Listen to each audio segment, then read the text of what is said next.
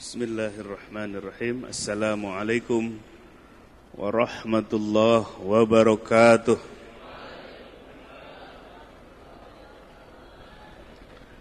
Alhamdulillahilladzi yaqdhifu fi qulubil muridina law'atal iradah wa yuz'ijuhum ila suluki sabilis sa'adah allati hiyal iman wal ibadah wa mahu kulli rasmin wa adah.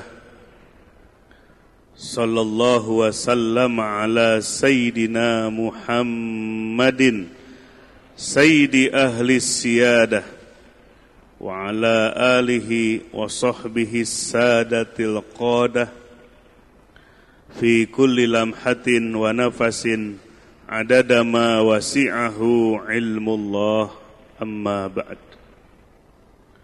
فقال الله تعالى في القرآن الكريم أعوذ بالله من الشيطان الرجيم وكذلك جعلناكم أمة وسطا لتكونوا شهداء على الناس ويكون الرسول عليكم شهيدا صدق الله العظيم.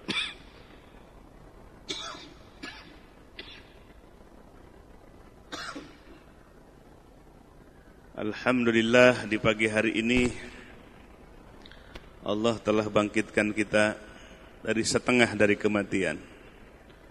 Tidur adalah nisful maut. Tidur adalah setengah dari kematian. Sehingga kita senantiasa memuji dan bersyukur kepada Allah Subhanahu wa taala, karena Allah lah satu-satunya zat yang senantiasa menggenggam seluruh urusan makhluk-makhluknya di langit maupun di bumi, termasuk yang menggenggam diri kita. Sehingga kita harus terus menghidupkan hati kita supaya Allah berikan hidayah dan taufik. Hidayah, petunjuk, enggak cukup. Taufik, energi untuk mengikuti hidayah atau petunjuk itu. Banyak kita mengetahui petunjuk-petunjuk dari Allah, tapi tidak mampu untuk mengikuti petunjuk itu. Dalam kesempatan ini kita akan membahas tentang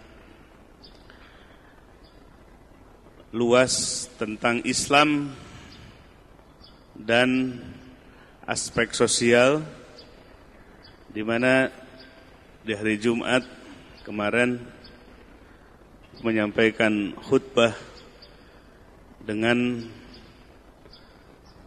judul Al-Islamu wa Nahiyah Al-Ijtimaiyah, artinya Islam dan aspek sosial.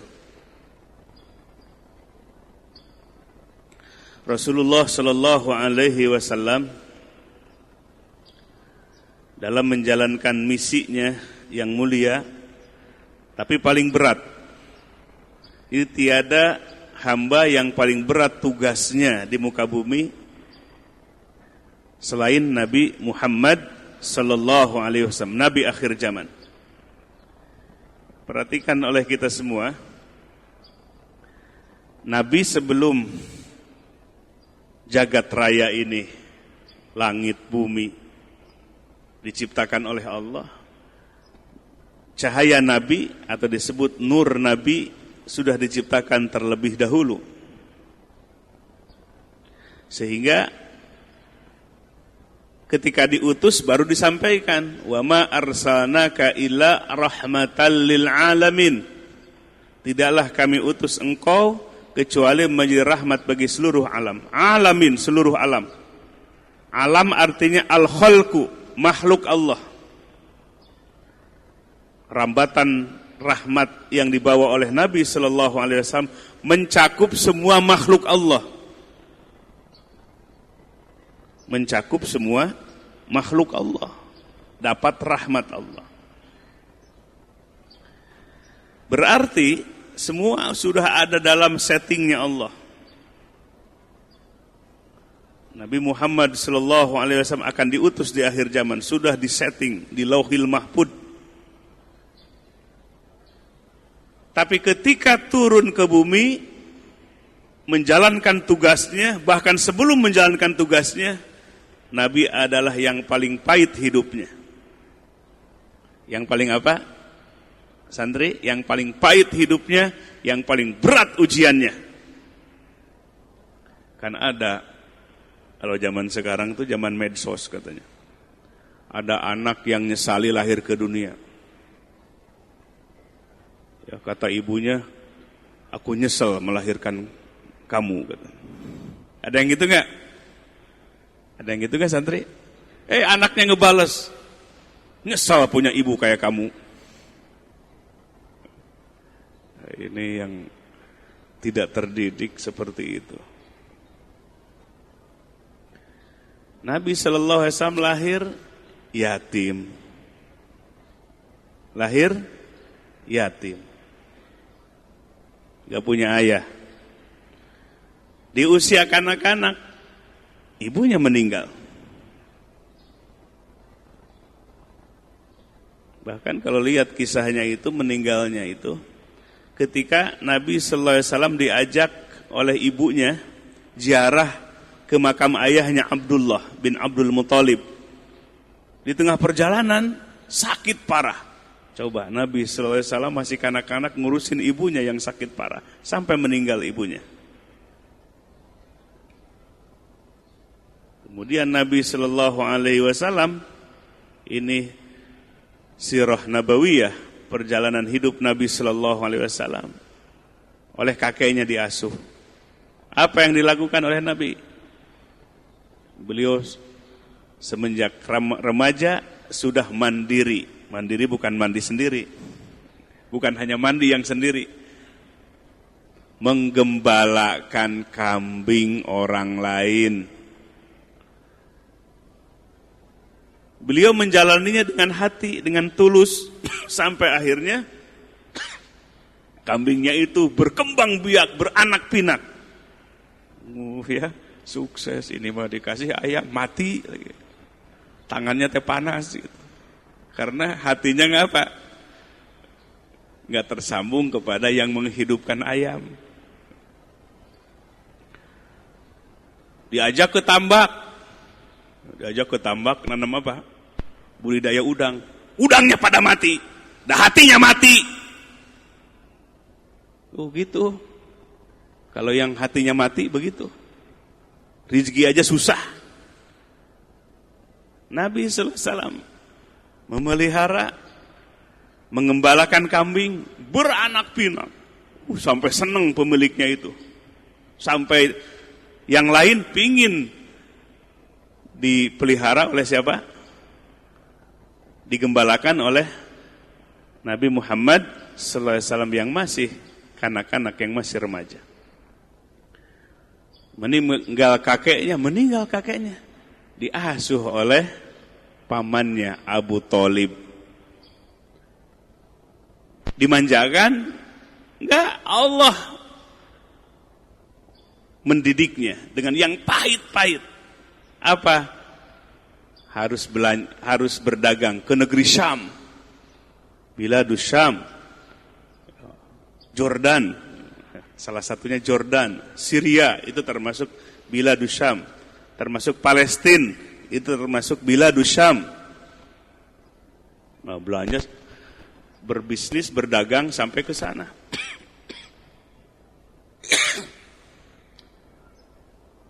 Di sana berjumpa dengan seorang pendeta Buhairo namanya, yang memiliki kitab Injil asli yang di dalamnya dijelaskan dalam Injil itu akan datang Nabi akhir zaman. Tanda-tandanya disebutkan. Melihat kapilah dari Mekah, si pendeta Buhairo itu melihat, di atasnya ada awan. Yang apa? Yang menaungi kapilah itu. Lalu setelah didekati, diundang kapilah tersebut, di dalamnya ada Nabi dan pamannya. Dilihat-lihat, tanda-tanda kenabiannya ada. Ya. Akhirnya si pendeta itu berbisik kepada Abu Thalib yang mengurus Nabi sallallahu alaihi wasallam, jangan lanjutkan, pulang ke Mekah, sebab keponakanmu itu adalah calon nabi, nabi akhir zaman, dan maktubun fil Injil, sudah tertulis dalam Injil ini, tandanya sempurna ada. Jadi calon nabi itu bukan senang-senang gitu ya, males-males, nggak disiplin. Takdir sudah di Lauhil Mahfud, ketika menjalaninya pahit, ditempa oleh Allah. Akhirnya Nabi pulang. Sebab apa disuruh pulang? Sebab ada pendeta-pendeta jahat. Ya, kalau sampai anak ini diketahui tanda kenabiannya, maka bisa dibunuh. Itu pendeta yang ta'assub, pendeta-pendeta yang menyembunyikan sebagian ayat-ayat yang ada dalam kitab Injil. Termasuk yang paling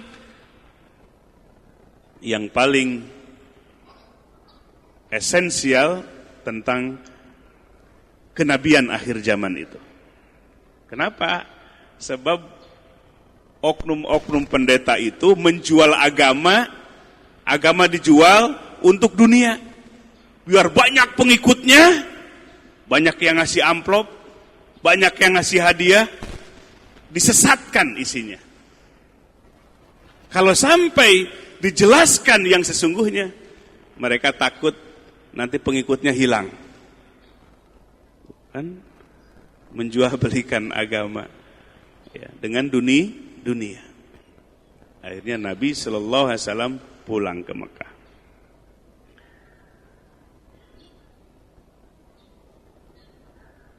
Nah, kehidupan Nabi sallallahu alaihi wasallam ini menjalaninya getir. Apalagi setelah Nabi diutus oleh Allah, setelah bi'tsah. Yang tadinya paman, yang tadinya saudara, yang tadinya kerabat, maka kemudian mayoritas mereka memusuhinya, bekerja sama untuk memusuhi Nabi sallallahu alaihi wasallam. Dari Lauhil Mahfud sudah ditentukan, disetting oleh Allah dengan ilmu Allah, menjalaninya paling pahit, paling berat. Asyadun nasi bala'an al-anbiya, tsummal ulama, tsummas syuhada.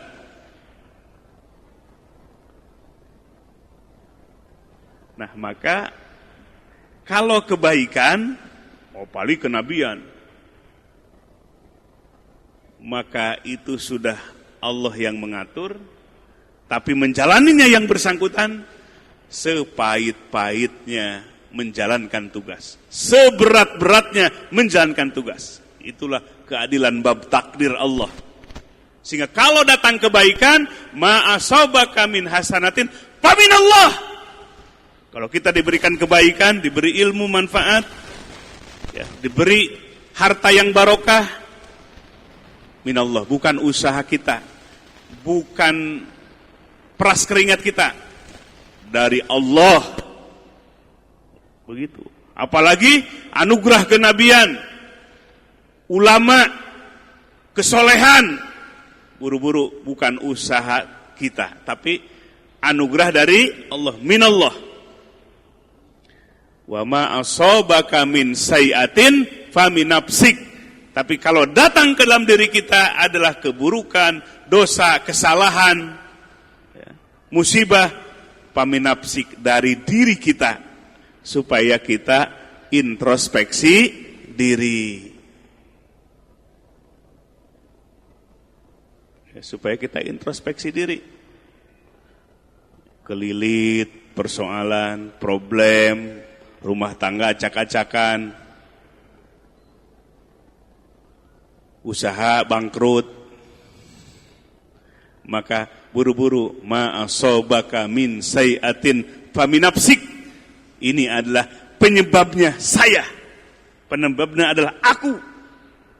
Penyebabnya adalah kami. Supaya muhasabah, supaya introspeksi, bebenah diri. Termasuk adanya virus corona. Virus apa, Sandri?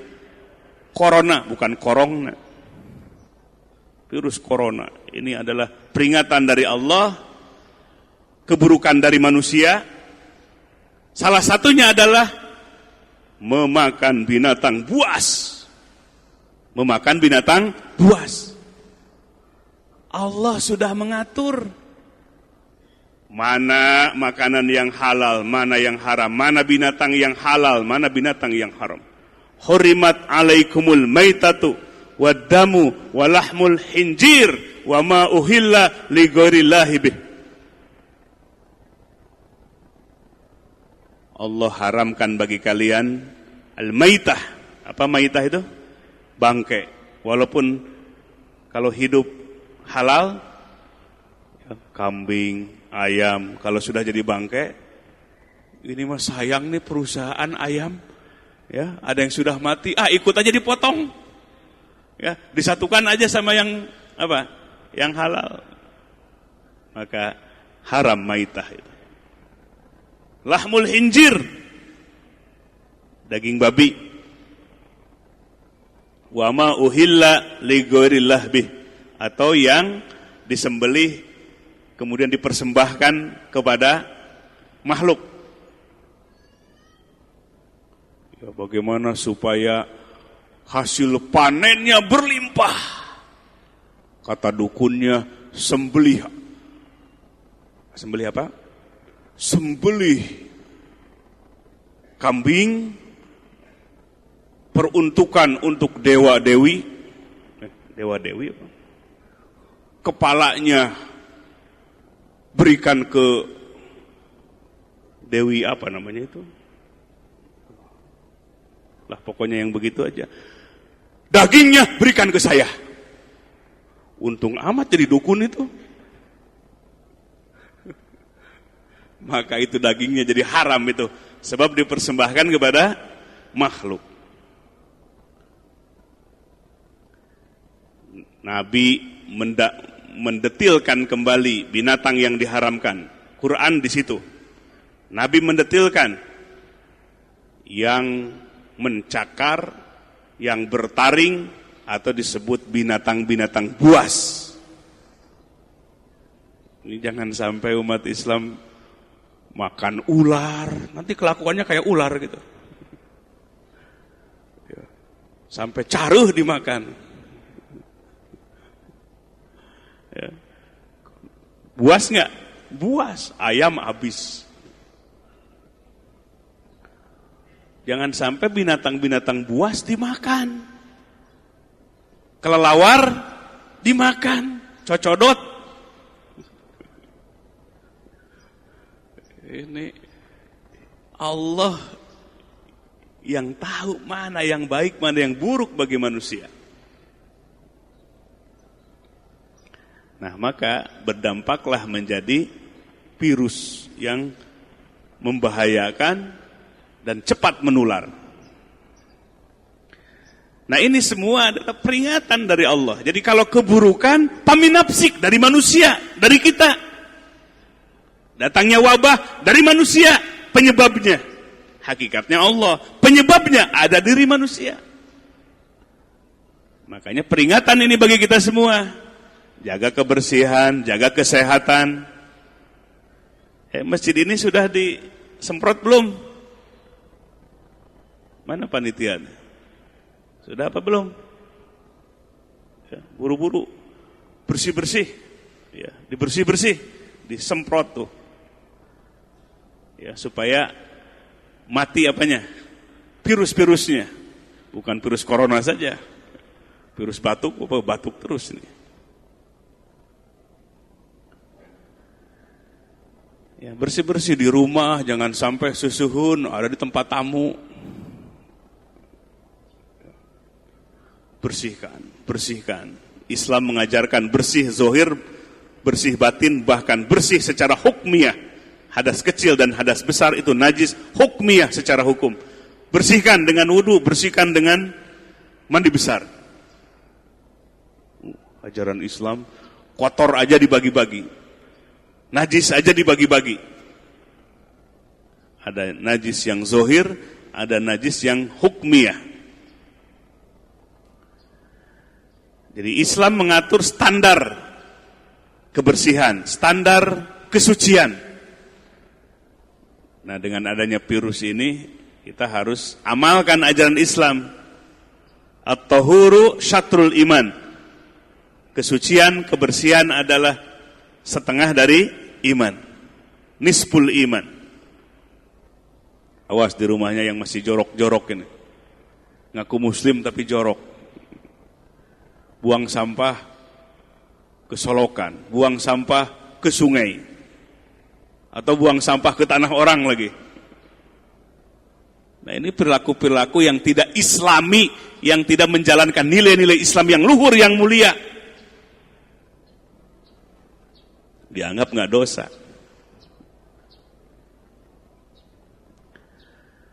La ilaha illallah Muhammadur Rasulullah fi kulli lamhatin wa nafasin adada ma wasi'ahu.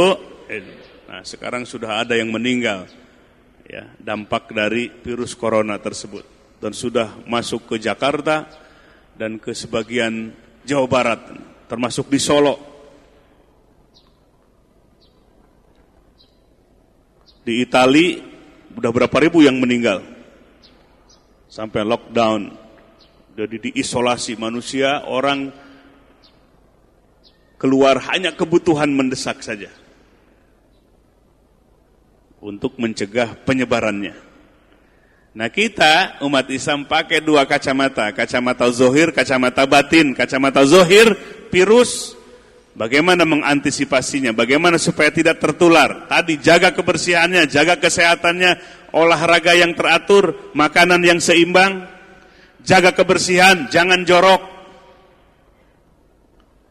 Yang kedua kacamata batin, Allah yang mentakdirkan.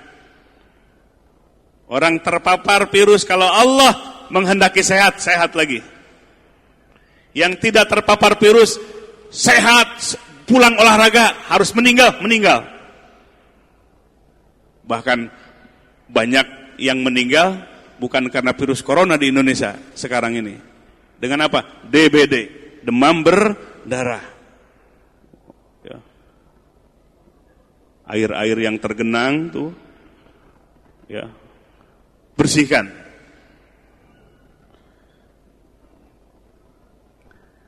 Nah, banyak ajaran Islam yang disepelekan, yang tidak diperhatikan. Maka kewajiban kita ini, Islam itu bukan mengajarkan sholat saja. Tapi kalau sholat saja sudah tidak dijalankan, bagaimana dengan ajaran yang lainnya? Siap santri hidup sehat? Siap hidup sehat? Kalau sehat mah nggak bakalan ngantuk, ya, melotot. Seperti ngantrinya di dapur, di kantin. Ada yang di kantin bawa piring sambil ngantuk nggak? Ada nggak?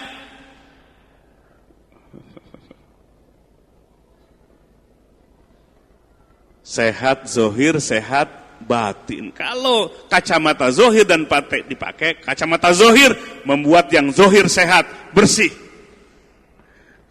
Pakai kacamata yang batin membuat iman kita, tauhid kita kuat, hilang dari was-was, hilang dari panik.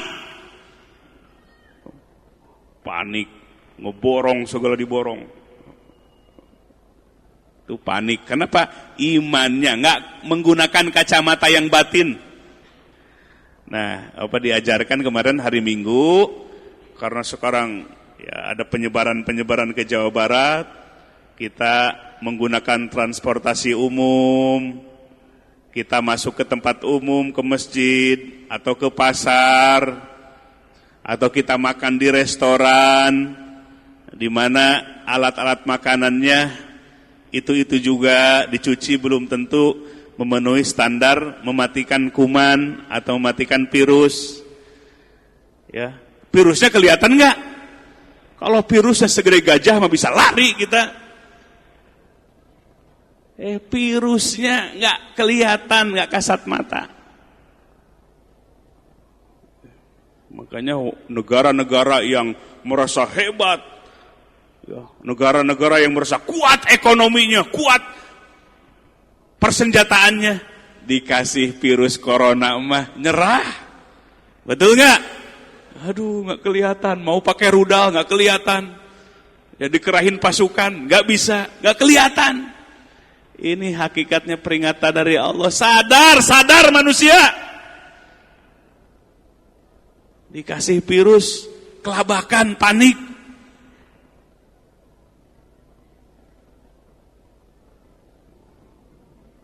Maka ketika kita beraktivitas seperti itu, tauhid kita, hati kita baca wirid yang sudah dibaca setiap pagi dan sore. Dalam hadis keterangan, bagaimana doanya? Bismillahilladzi la yadurru ma'asmihi Bismillahi dengan nama Allah alladzi la yadurru, yang tidak akan memadaratkan, ma'asmihi dengan beserta nama Allah itu, itu penyakit termasuk di dalamnya virus corona. Ya, kita mau naik angkot, Bismillahilladzi la yadurru ma'asmihi serahin ke Allah. Virusnya nggak kelihatan. Kalau kelihatan sile ucing bisa lari kita. Kita mau bersalaman, kita mau ke tempat umum, Bismillahilladzi la yadurru ma'asmihi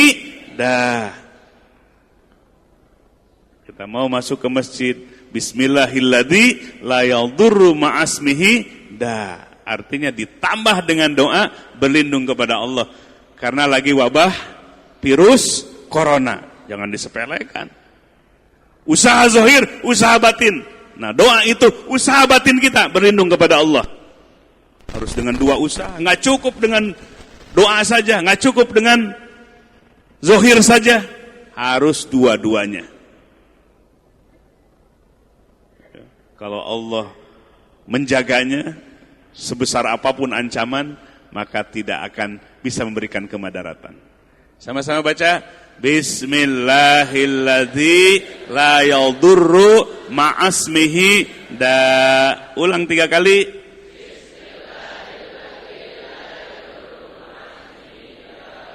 Bismillahilladzi la yadurru ma'asmihi Bismillahilladzi la yadurru ma'asmihi Nah, membangkitkan keyakinan itu harus dilatih.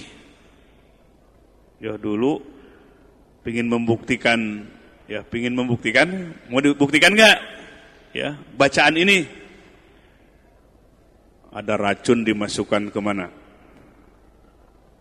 Ke gelas. Kemudian baca doa itu, yakin kepada Allah karena ingin menumbuhkan keyakinan. Dibaca Bismillahilladzi la yadurru ma'asmihi bukan hanya kalimat yang dibaca tapi hatinya, tauhidnya kepada Allah kuat, yakin. Bismillah dengan nama Allah, kemuliaannya tidak akan memadaratkan penyakit terhadap dirinya beserta nama Allah. Oh, yakin kepada Allah itu tebal dalam batin. Diminum nggak apa-apa. Tapi kalau tidak bimbingan guru jangan coba-coba ini.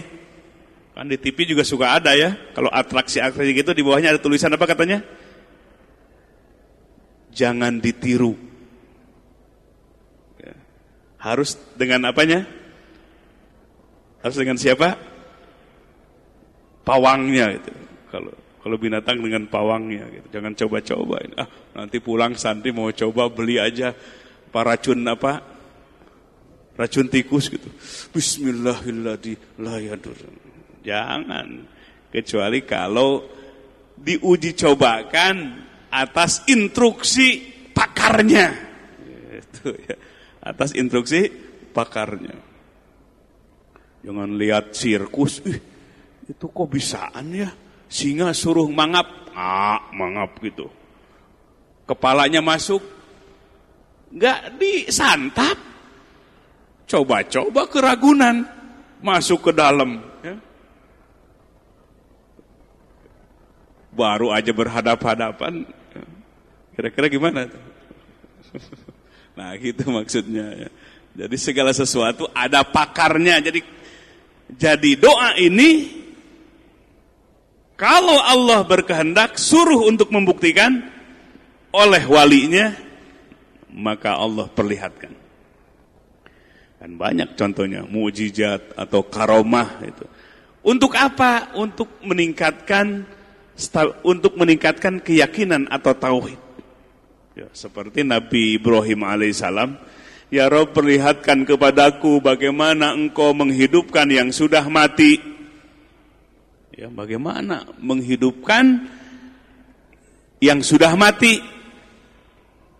Maka Allah menjawab, alam tu'min, apakah engkau tidak beriman?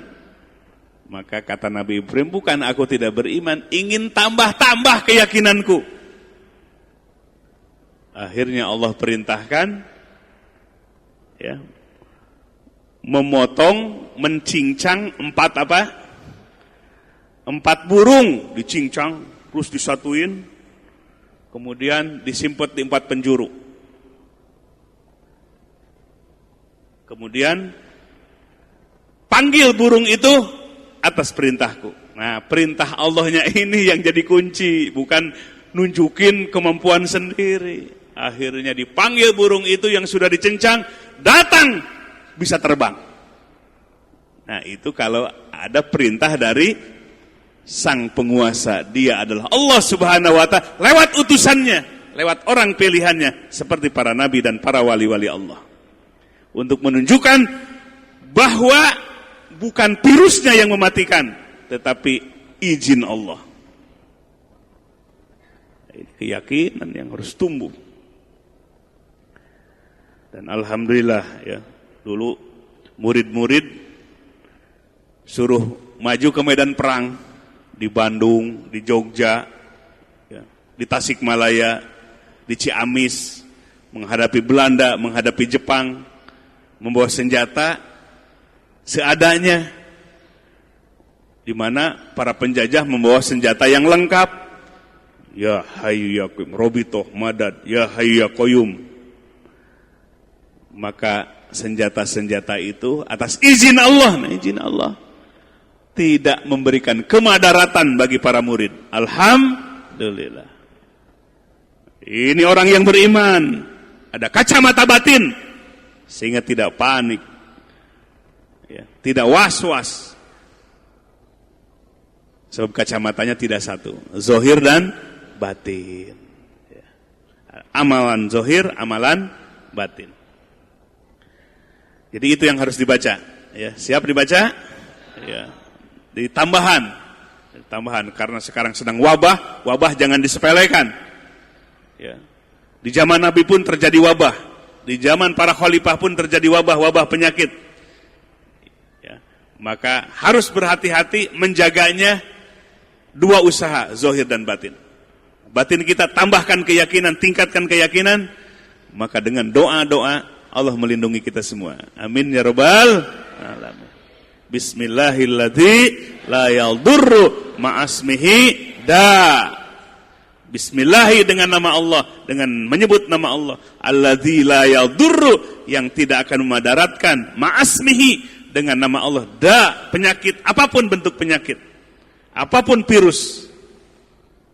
Maka dengan nama Allah, kemuliaan Allah, maka hati kita harus selalu zikir kepada Allah, supaya ketika menyebutkan itu, hati kita musyahadah, menyaksikan agungnya Allah, kuasanya Allah, sempurnanya dan mulianya Allah Subhanahu wa ta'ala. Jadi ketika mengucapkan itu, maka perlu latihan. Ketika waktu digunakan, karena latihan terus, maka akan kontak batin kita terhadap keagungan Allah. Ketika bismillah, ketika menyebut bismillah, hati kita yang terlatih terasa agungnya Allah. Itu pentingnya riyadhah dan mujahadah seperti tadi setelah sholat subuh, riyadah mujahadah dengan wirid-wirid, mujahadah tundukkan nafsunya, buang rasa malasnya, hidupkan hatinya, supaya hati kita menangkap agungnya Allah, kuasanya Allah. Sehingga tidak ada yang ditakuti yang hakiki kecuali Allah. Nabi menyatakan, kalau hati kalian takut kepada Allah yang hakiki, takut kepada Allah yang hakiki, takut Allah yang hakiki itu adalah kita tidak mampu, tidak akan berani melakukan maksiat kapanpun dan dimanapun berada, kalau hati kita khauf, takut kepada Allah yang hakiki. Sudah tertanam belum takutnya kepada Allah? Ini mah takutnya kalau di pesantren. Kalau di luar pesantren nggak takut dengan Allah. Itu takut hakiki bukan? Kalau di hadapan guru, iya. Itu belum takut yang hakiki. Takut yang hakiki itu di mana saja takut kepada Allah sehingga tidak sanggup, tidak berani untuk melakukan, menantang larangan Allah.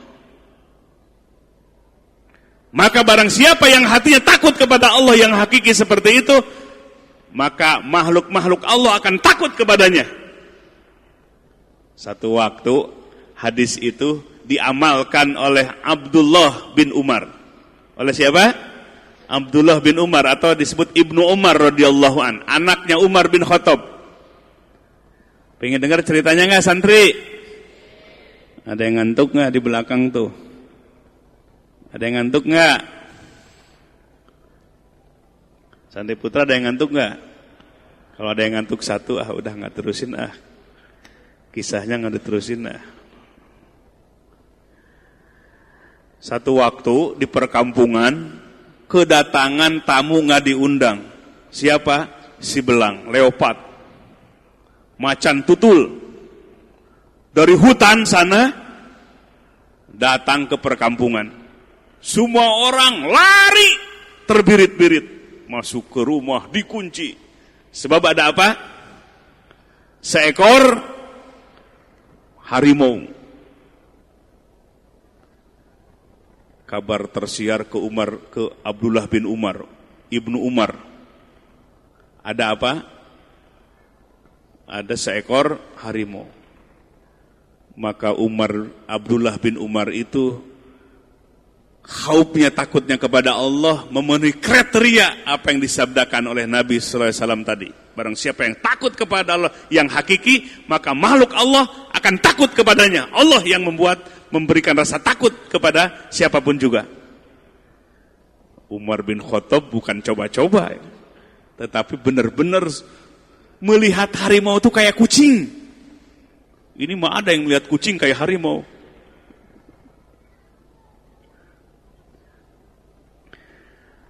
Umar bin Khattab siapa? Abdullah bin Umar dengan tenang ngadepin seekor harimau buas. Bukan harimau yang dilatih sama tukang sirkus, bukan. Tenang saja. Jadi melihat harimau itu kayak kucing. Kenapa? Takutnya kepada Allah lebih besar. Takutnya kepada Allah hakiki, sehingga Allah tumbuhkan keyakinannya. Maka sudah dekat, si harimau itu malah bagaimana? Malah permisi, punten pulang aja ke hutan. Itu si harimau yang gagah, ya, yang kuat, predator. Oleh Allah nyalinya diciutkan tuh si harimau tuh. Jadi lihat lihat Abdullah bin Umar tuh, ya, orang yang ditakuti, sehingga akhirnya si harimau itu lari ke hutan, ke tempat asalnya. Buktilah shadaqah Rasulullah sallallahu alaihi wasallam, benar apa yang disabdakan oleh Rasulullah sallallahu alaihi wasallam. Awas santri ini jangan coba-coba lagi nih. Sebab kalau sudah tumbuh itu sudah terotomatis, enggak takut.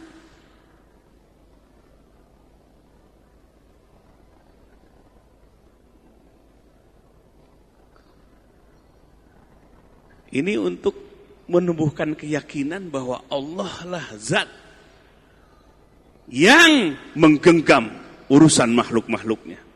Harus sampai keyakinan seperti itu. Martabat iman kita harus naik. Termasuk diuji oleh Allah dengan adanya wabah seperti ini. Tapi bukan berarti sembrono. Tadi tetap harus menggunakan dua kaidah, dua kacamata, dua usaha. Zahir dan batin. Jangan sampai nanti, aduh mau kini, takut virus corona, jadi nggak ngaji. Nah itu, nggak teruji imannya. Maka sekarang dunia ini banyak tempat-tempat umum sudah ditutup. Di Jakarta sudah ditutup fasilitas umum, hiburan. Ya, biar nggak terlalu banyak energi. Konser-konser artis kelas dunia tutup semua. Alhamdulillah, biar energi nggak terkuras. Padahal ini saatnya peringatan dari Allah, berdekatannya dengan Allah. Jangan terus bersentuhan dengan manusia saja, dengan Allah. Peringatan dari Allah. Kegiatan-kegiatan kelas dunia, ada Formula 1, ada sepak bola, sekarang pada istirahat. Biar energi dunia nggak habis, listrik nggak boros. Biar manusia pada khalwat di rumah. Seharusnya khalwatnya kepada Allah. Ya. Kalau ke masjid terus berjamaah, tingkatkan. Ya. Semakin dekat dengan Allah. Jaga kesehatannya, jaga kebersihannya. La ilaha illallah Muhammadur Rasulullah fi kulli lamhatin wa nafasin adada ma wasi'ahu. Siap kininya? Santri mau sudah di sini. Seneng gak santri mau kini? Tahu bapak hatinya, aduh gak ke sekolah, gak ke kelas, gak ngadepin matematik. Bukan gitu alhamdulillahnya. Ya. Malamnya sampai jam 11 zikir dan ngaji. Siap? Jam 3 sudah dibangun lagi tahajud. Itu ganti belajar di kelas. Ketemu juga sama orang tua, plus bawa oleh-oleh. Banyak senengnya ada kini. Ada yang usul 10 kali aja setahun katanya. Biar tambah betah pesantrennya. Ini jamaah nih, yang di mana aja berada nih, yang ikuti pengajian, siap kininya? Ya, diwakili sama yang di sini. Kini usul hijrah kepada Allah, dikasih wabah, hijrah kepada Allah, jangan betah di makhluk. Dan kita doakan supaya peringatan dari Allah ini, lewat virus corona ini, Allah bukakan hati manusia untuk mendengar peringatan-peringatan, mendengar ayat-ayat Allah. Jangan larut terus dalam konser-konser, larut terus di hiburan-hiburan malam. Saatnya manusia untuk hijrah kepada Allah, mengenal pemilik langit dan bumi ini, mengejar kesenangan dunia yang sesaat. Saatnya untuk mengejar kenikmatan yang abadi. Maka untung menjadi santri. Untung apa buntung? Untung itu Bapak, dari jam 3 ya, sudah ada yang membangunin tahajud jam 3 di santri putri, nggak tahu santri putra ya. Pada jadi band cabok ya, pakai marawisan, ngebangunin dengan cara yang bijaksana. Pas bangun dengar musik, langsung lari. Coba kalau di rumah nggak pesantren, udah adzan subuh aja masih susah. Alhamdulillah dari jam 3 sudah dibangunin. Riyadhah, latih diri kita. Kesempatan mumpung masih muda, mahal. Ya. Belajar 24 jam. Belajar 24 jam di pondok pesantren itu. Kurikulumnya yang holistik, kurikulumnya yang komprehensif, bukan sepotong-sepotong. Ngejalaninnya manis apa pahit?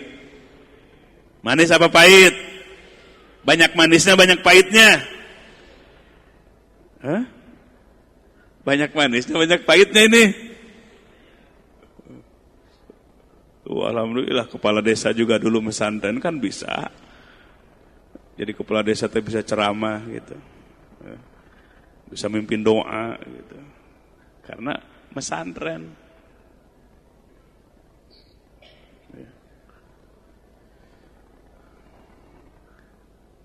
La ilaha illallah Muhammadur Rasulullah fi kulli lamhatin. Ya, kita doakan justru jangan sampai dengan adanya virus corona ini ya kita tuding ini adalah azab, ini adalah apa lagi? Pasukan langit apa? Jangan kita menuding kelompok, diambil kesempatan untuk memojokkan kelompok atau negara, jangan. Nabi akhir zaman itu meminta kepada Allah supaya tidak turun azab seperti di kaum-kaum terdahulu. Azab itu siapa yang bersangkutan, siapa yang berbuat dosa, siapa yang kafir, tidak akan diberikan kesempatan hidup, dimatikan oleh Allah. La tadarni fardan. Nabi siapa? Nabi Nuh alaihissalam. Laila wa naharo, dakwah siang dan malam berpuluh-puluh tahun. Tapi betapa sedikit yang iman. Akhirnya mereka sendiri yang minta azab. Mereka sendiri, bukan Nabi Nuh yang meminta azab kepada Allah, tapi kaumnya. Nuh, kalau engkau benar sebagai utusan Allah, turunkan azab. Akhirnya sudah klimaksnya, Nabi Nuh berdoa kepada Allah, banjir bandang. Allah selamatkan dengan perahunya. Semua yang kafir termasuk anaknya Kan'an meninggal, mati semua. Itu namanya azab. Setelah Nabi akhir zaman tidak ada azab, yang ada nazirun, peringatan. Ma ya'tihi min zikrin, peringatan. Kalau azab itu habis semua, tidak tersisa, namanya azab itu. Nah, ini adalah peringatan-peringatan bagi semua, bukan bagi kaum tertentu. Peringatan dari Allah. Jangan terlena dengan kesenangan duniawi. Kita semua akan pulang kepada Allah. Hadirin wal hadirat rahimakumullah. Nah, tema kita ini sosial, bukan sosial, sosial. Maka dalam Al-Quran surah Ali Imran, Allah menyebutkan tadi dalam muqaddimah, bagaimana ayatnya? Bagaimana ayatnya? Kuntum khaira ummatin ukhrijat linnas. Kuntum itu fi'il madi. Kuntum, kalian semua, khaira ummatin adalah umat terbaik. Khaira ummat, khaira ummatin, umat terbaik. Jadi di waktu itu para sahabat sudah mencapai derajat tinggi sehingga disebut kuntum khaira ummatin, bukan seruan. Ini informasi. Ya, sifat ayat ini bukan seruan, perintah, tapi informasi, pengakuan dari Allah. Kuntum, kalian itu khairu ummatin, umat terbaik. Ukhrijat linnas, ditampilkan, dikeluarkan, linnas bagi manusia. Apa syaratnya? Kriterianya khairu umat itu, pertama ta'muruna bil ma'ruf, memerintahkan kepada yang ma'ruf, bukan nasihat lagi, tapi sudah bisa menyeru, sudah bisa amaro, memerintahkan. Nah, kalau memerintahkan itu berarti posisi di atas. Kalau dari bawah namanya apa? Doa. Kalau dari atas perintah namanya. Berarti kaum muslimin di waktu itu derajatnya, martabatnya, peradabannya sudah di atas dibandingkan dengan kaum-kaum yang lain. Nah, ini sudah menjadi amir, sudah menjadi penguasa. Ukhrijat linnas ta'muruna bil ma'ruf, bukan sebatas nasihat seperti ini, tapi posisinya sudah di atas kaum-kaum yang lain. Sehingga ada instruksi, ada perintah. Perintah itu dari atas ke bawah. Wa tanhauna 'anil munkar, dan kalian tanhauna, mencegah dari kemungkaran. Kalau ma'ruf itu kebaikan yang bersifat universal, daruri. Artinya kebaikan yang sudah masuk ke tingkat aksioma. Semua orang mengetahui itu adalah kebaikan.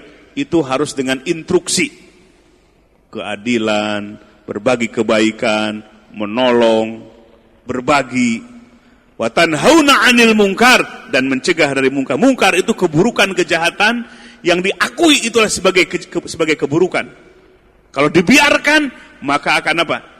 Maka akan menyebar dampak negatifnya.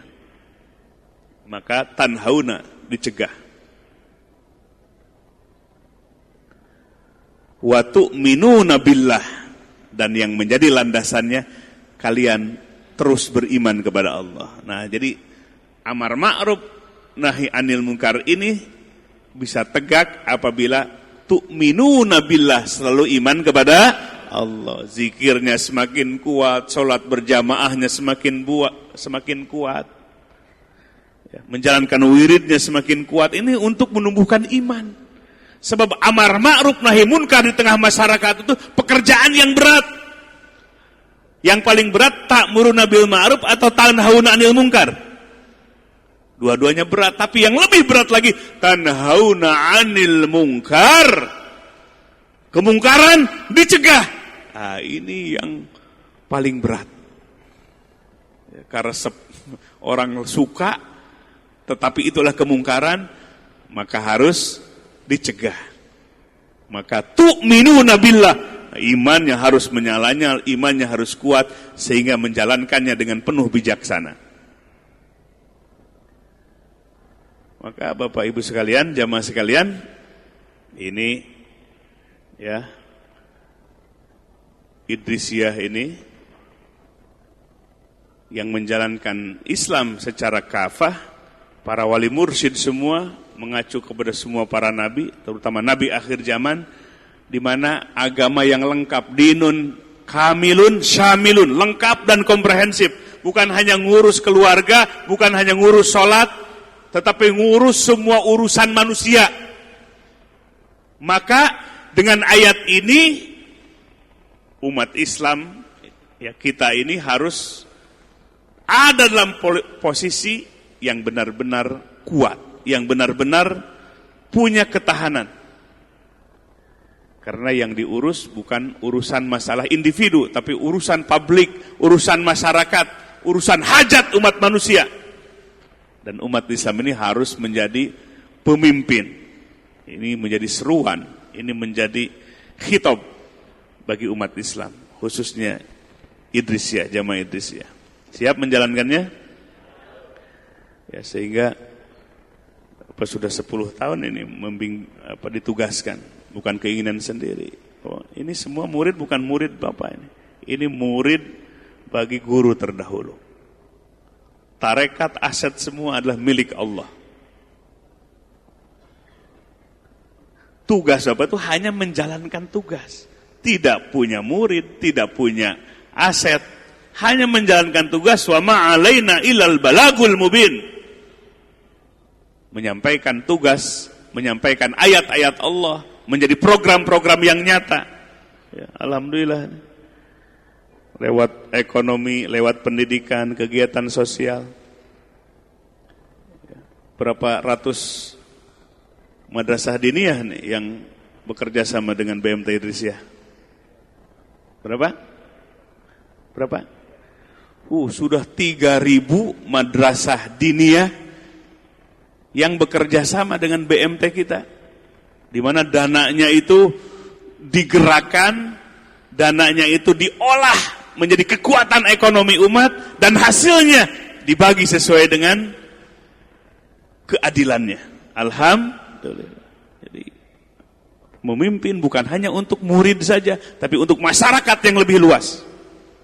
3.000 madrasah sedikit apa banyak? Ya, banyak, 3.000 madrasah di kabupaten, di kota. Dananya dikelola oleh BMT menjadi kekuatan umat. Dari umat untuk umat, tuh pengelolaannya begitu agama itu. Bisa untuk unit usaha, bisa untuk jamaah atau masyarakat anggota yang memerlukan dana, dan layak menerimanya. Ada yang nggak layak mah jangan kuku lutuk ya. Sama mau di bank di mana juga ada kelayakannya menerima dana itu. Ini mah modal dipakai untuk makan. Ya, modal untuk usaha malah dipakai. Pakai apa? Shopping. Belah sini lihatnya, shopping. Atuh, bagaimana modalnya jadi kurang? Ya, urusan usahanya dicampur dengan urusan dapurnya, nggak profesional. Pingin dipercaya, buktikan menjadi orang yang terpercaya. Maka dapat. Ya, alhamdulillah tuh. Ya, warung-warung kecil dibantu, alhamdulillah. Jadi digerakkan, memanage kekuatan umat, potensi umat menjadi kekuatan bagi umat. Ya, sekarang ada apa itu? Bedah rumah nih. Alhamdulillah. Mudah-mudahan nanti ratusan rumah yang dibedah. Mau rumah kita dibedah enggak? Ya, sama BMT? Jangan. Kita harus bisa membedah rumah orang lain. Begitu. Yadullah fawqa aydihim. Yadul ulya khairun min yadus sufla.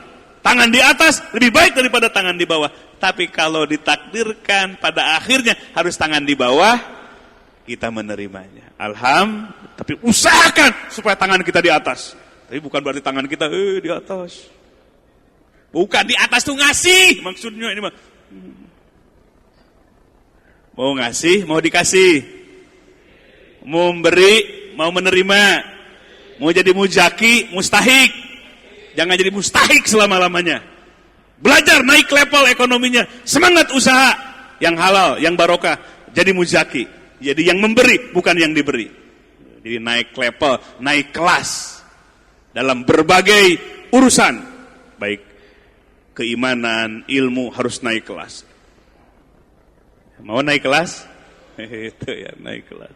Tapi kalau ya pada akhirnya nggak naik-naik, udah berusaha, ya ingat pada semuanya ada ketetapan Allah. Ya, kita harus, jadi agama ini merespon terus. Dan para mursyid seperti Nabi SAW merespon semua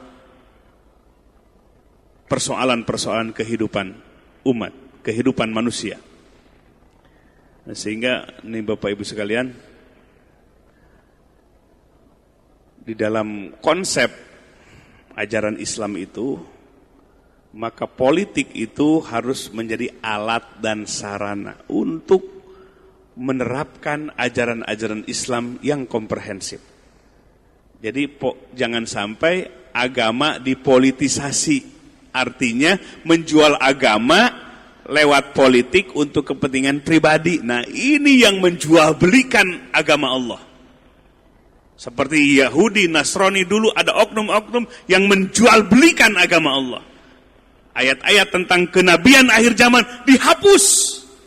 Kenapa? Takut pengikut dan posisinya nanti menjadi hilang. Maka yang benar itu politik adalah alat dan sarana supaya nilai-nilai agama itu hidup dalam kehidupan. Agama yang tertuang dalam buku ini, dalam suhuf ini, ya, yang tertulis ini bukan hanya tertulis, tetapi hidup di tengah-tengah kehidupan. Amin ya rabbal alamin. Nah, sehingga yang benar itu bagaimana kita umat Islam menjalankan politik itu untuk kemajuan agama dan umat. Nah, maka insya Allah nih Bapak Ibu sekalian, di Tasik ada pilkada enggak?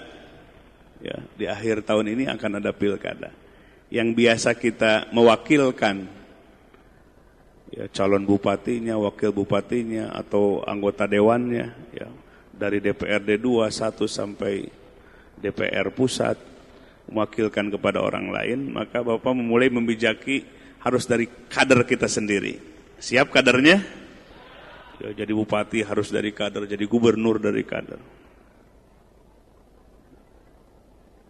Ya, udah 1 minggu meninstruksikan kepada pengurus supaya mulai bergerak bagaimana bersiasah yang Islamiyah, bagaimana berpolitik yang Islami, bukan mencari permusuhan, nggak ada lawan politik, semuanya partner untuk apa?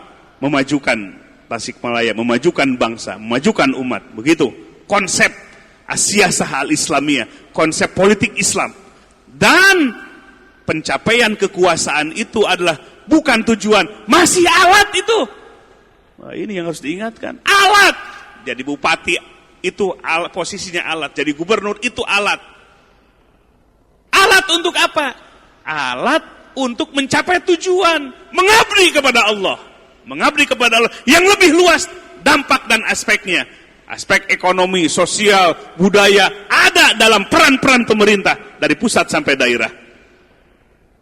Jadi bukan tujuan mencari kekuasaan atau kedudukan. Kedudukan kuasa itu masih alat, ujian dari Allah. Ujian dari Allah. Dan tempaannya besar, ujiannya besar. Maka tadi wa tu'minuna billah, harus meningkatkan iman kepada Allah supaya amanah dalam menjalankan tugas itu. Nah, jadi sudah 1 minggu ini ya bergerak dengan ke tokoh-tokoh ya untuk bagaimana responnya dan menyampaikan visi dan misi kita bahwa Islam agama yang lengkap, termasuk di dalamnya adalah aspek-aspek as-siyasah atau al-qiyadah kepemimpinan, pemerintahan. Jadi udah 10 tahun memimpin untuk bergerak ke dalam, semakin kuat, semakin besar, maka kepedulian keluar harus semakin besar lagi. Pendekatannya bukan hanya sekadar ekonomi, tetapi bagaimana nilai-nilai ajaran Islam itu bisa masuk ke semua ruang kehidupan. Termasuk menata bagaimana mental-mental pejabat supaya benar-benar khidmah mengabdi atas nama Allah untuk masyarakat. Atas nama Allah untuk masyarakat. Itu kesempatan hidup, jangan disia-siakan. Santri semua belajar yang sungguh-sungguh, ilmu zahir dan batin disiapkan, dialirkan oleh Allah supaya kalian semua menjadi orang-orang yang sukses, yang berguna di hadapan Allah. Bisa khidmah dalam agama, membantu masyarakat, kontribusi bagi masyarakat yang lebih luas dengan ilmu dan keyakinan yang kuat. Siap santri semua? Ada di bidang pendidikan, di bidang ekonomi, di bidang pemerintahan, dibuka lebih luas lagi. Ya, jadi Bapak sudah menunjuk ini untuk ikut menjadi berkontestasi, ya, ikut di dalam politik praktis menyikapi Kabupaten Tasikmalaya ini. Ya, sudah tahu belum calonnya? Sudah tahu belum? Semua harus jadi calon. Ya, maka ingin santri semua ini benar-benar menjadi mujahid di jalan Allah. Pejuang, jadi ansarullah penolong agama. Mengenai posisinya Allah yang mengatur hakikatnya. Mau di pendidikan, di ekonomi, semua adalah posisi-posisi terbaik untuk mengabdi kepada Allah di dalam kehidupan yang sementara ini. Sementara apa selamanya di dunia ini? Sementara. Sekarang aja Pak udah masuk 45, mau 46 nanti, udah 46 ya. Tuh lupa lagi, udah nambah 1. Ya, dari 45 udah 46. Makanan yang tadinya enak teh, sekarang mah jadi nggak enak. Enakan nggak punya uang dulu. Ya. Pas punya uang beli bakso tuh, waktu jadi kuliah di Bandung itu, ada bakso, mau beli, ya susah, pas dapat uang beli, itu nikmatnya luar biasa. Sekarang bisa beli tiap hari, udah apa? Rasanya malah yang apa? Kelezatannya yang dikurangi oleh Allah. Mata nih, ya pakai apa ini? Kacamata. Ya rudet sebetulnya, tapi kebutuhan dikurangi penglihatannya. Jadi sudah dikurangi kelezatan duniawi oleh Allah Subhanahu wa taala. Wa man nu'ammirhu nunaqisu fil khalq afala ya'qilun. Tambah umur lahiriahnya, hakikatnya ada yang dikurangi. Tambah hitungan umur, dikurangi kekuatannya. dikurangi kelezatannya. Nah, maka ayo semua belajar yang sungguh-sungguh. Belajar tulal hayat sepanjang hidup. Kita harus terus mendapatkan ilmu dan bimbingan, termasuk menguasai ilmu pengetahuan. Bidang ekonomi, bidang sosial, politik harus dikuasai oleh umat Islam. Karena umat Islam itu umat yang terbaik. Khairul umat. Harus mampu menginstruksikan, harus mampu menginstruksikan sesuatu yang ma'ruf. Ya, mudah-mudahan kadar-kadar ya di tarekat yang digembleng ini dibimbing oleh Allah. Setiap detiknya, setiap tarikan napasnya. Amin ya rabbal. Supaya yang hadir dalam diri kita bukan nafsu. Yang hadir dalam diri kita, yang gerak dan langkah kita adalah benar-benar penjelmaan dari kekuatan Allah subhanahu wa ta'ala. Cahaya Allah, bimbingan mursyid yang terus menggerakkan pikiran, ya, napas, jiwa, dan langkah-langkahnya. Amin ya rabbal. Ini mah bukan kampanye. Tapi menginformasikan kepada semua jamaah bahwa tarekat kita mulai bergerak lebih intens. Ya, karena itu adalah kewajiban, karena itu bagian penting dari ajaran agama kita. Kalau agama kita yang di bawah Nabi SAW hanya ngajarkan sholat, nggak bakalan dikejar-kejar oleh musuh. Kalau ajaran Islam hanya ngajarin zikir semata, tidak akan menjadi persoalan di tengah-tengah masyarakat ketika itu. Tapi Islam mengajarkan semua aspek. Ada yang tersinggung, ada yang tidak suka. Nabi menjalaninya dengan penuh bijaksana, penuh hikmah, lemah lembut, penuh bijaksana. Tetapi tantangan itu tidak akan pernah surut. Karena itulah hakikat dari panggung kehidupan dunia. Sebelum setiap diri kita pun berperang terus. Ada iman, ada hawa nafsu. Terasa enggak? Mau tahajud, iman yang kuat, tahajud. Iman lemah kalah dengan nafsu, tidur. Dalam diri setiap diri kita, hakikatnya peperangan antara dua kutub positif dan negatif. Fa'alhamaha fujuraha wa taqwaha. Termasuk dalam panggung dunia yang besar ini, yang dihuni oleh masyarakat yang berbeda-beda, kaum yang berbeda-beda, suku yang berbeda-beda, kepercayaan yang berbeda-beda. Umat Islam harus tampil memberikan, menunjukkan ajaran yang komprehensif, ajaran yang bijaksana. Ya, mudah-mudahan kita semua ada dalam bimbingan Allah sampai akhir hayat kita. Amin ya rabbal alamin. Ya. Karena watak dan karakter para mursyid itu nggak bisa diam. Melihat semua fenomena, melihat semua aspek dan menjadi tanggung jawabnya. Bukan hanya lihat muridnya saja, tapi semua. Dulu Syekh Ahmad Syarif As-Sanusi meninggalkan jawiyahnya di Libya. Murid-muridnya ditinggalkan. Ditugaskanlah Muhammad Idris sebagai keponakannya untuk memimpin jawiyah di Afrika Utara. Bahkan ketika itu sedang berkecamuk menantang pasukan Itali ketika itu.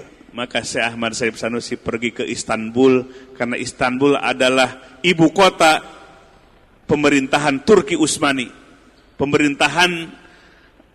Pemerintahan terbesar yang masuk ke Asia, ke Afrika, bahkan sampai masuk ke mana? Ke Eropa, kekuasaan ketika itu. Maka Syekh Ahmad Sanusi 7 tahun menguatkan pemerintahan Turki Utsmani, meninggalkan murid-muridnya, memikirkan umat yang lebih besar, karena Turki Utsmani ketika itu sedang diobok-obok oleh Eropa, dan sampai pada akhirnya runtuh. Maka Syekh Ahmad Syarif Sanusi buru-buru karena ditekan, ya, barang siapa yang bisa menangkap Ahmad Syarif Sanusi akan mendapatkan disayembarakan. Maka Syekh Ahmad Sanusi guru kita dikasih kapal selam oleh siapa? Oleh pemerintahan Turki Utsmani supaya selamat di perjalanan, tidak menggunakan jalan darat tapi jalan laut pakai kapal selam. Maka Syekh Ahmad Sanusi tidak menuju tidak menuju Libya, tapi beliau atas perintah Rasulullah SAW supaya tinggal di Mekah, di Jabal Abi Gubais. Dan rahasianya adalah karena Syekh Akbar Abdul Fattah sedang mencari wali mursyid. Ya. Dan ketika itu Mekah tidak ada dalam penjajahan Eropa. Kenapa? Ngapain menjajah Mekah? Gunung, batu, ditanamin nggak tumbuh, paling juga korma. Makanya bagus, lahiriahnya nggak ada potensi, akhirnya nggak dijajah. Gitu. Maka bertemulah Syekh Akbar Al-Fatah dengan Syekh Ahmad Syarif As-Sanusi dan berguru 4 tahun sampai pada akhirnya Syekh Al-Fatah diangkat sebagai khalifahnya atau mursyid pelanjutnya. Alhamdulillah. Nah, itulah gerak mursyid. Bukan hanya ngurusin di masjid, bukan hanya ngurusin murid-muridnya saja, bukan hanya ngurusin jadwal khutbah, tetapi melihat semua pergerakan umat manusia. Mudah-mudahan ya, lewat pengajian ini, lihat nih santri-santri biar jadi kader semua. Hatinya yang masih apa ya? Hatinya yang masih tertutup mudah-mudahan dibukakan oleh Allah. Diberikan ilmu manfaat oleh Allah Subhanahu wa taala. Mari kita angkat kedua tangan kita. Allahumma shalli ala sayyidina wa habibina wa syafi'ina wa maulana Muhammad wa sallim radhiyallahu tabaraka wa ta'ala an kulli sahabati Rasulillahi ajmain. Allahumma ij'alna hadina mahdiyin gharaddallina wala mudillin barun rahimun jawadun karim. Allahumma iftah lana futuhal anbiya wal awliya bijudika wa karamika ya arhamar rahimin ya ghaniyyu agnina bifadlika amman siwak. Allahumma yassir wa la tu'assir umurana fa inna taysira kulli asirin fa alayka yasir. Rabbana hab lana minas salihin, Rabbana hab lana minas salihin, Rabbana hab lana minas salihin, Rabbana hab lana min azwajina wa dzurriyyatina qurrata a'yun waj'alna lil muttaqina imama. Subhana rabbika rabbil izzati amma yasifun wassalamun alal mursalin walhamdulillahi rabbil alamin. Al-Fatihah. Hasbunallahu wa ni'mal wakil, ni'mal maula wa ni'man nasir. Subhanakallahumma wa bihamdik asyhadu an la ilaha illa anta astaghfiruka wa atubu ilaik. Assalamualaikum warahmatullahi wabarakatuh.